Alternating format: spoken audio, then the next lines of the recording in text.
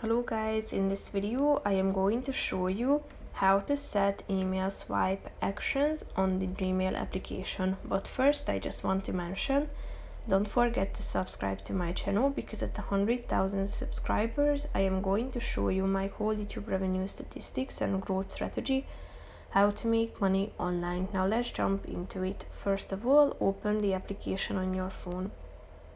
Tap on the letter icon down below on the left side corner of the screen, and then click on the menu icon in the upper left corner. Then scroll down to settings, tap on it, scroll down to inbox, click on inbox customization, then click on email swipe actions, which is the fourth option. And here you can set the right swipe, bin, mark as read, snooze, move, or none. So when you swipe to the right side of the screen, you can select the instruction, tap on the relevant one and click on done at the top. As you go back, you can also set the swipe to left option. As you scroll down, here you have the same options that you can choose from: bin, mark as read, snooze, move, or none. Then click on the done button and it will be updated automatically.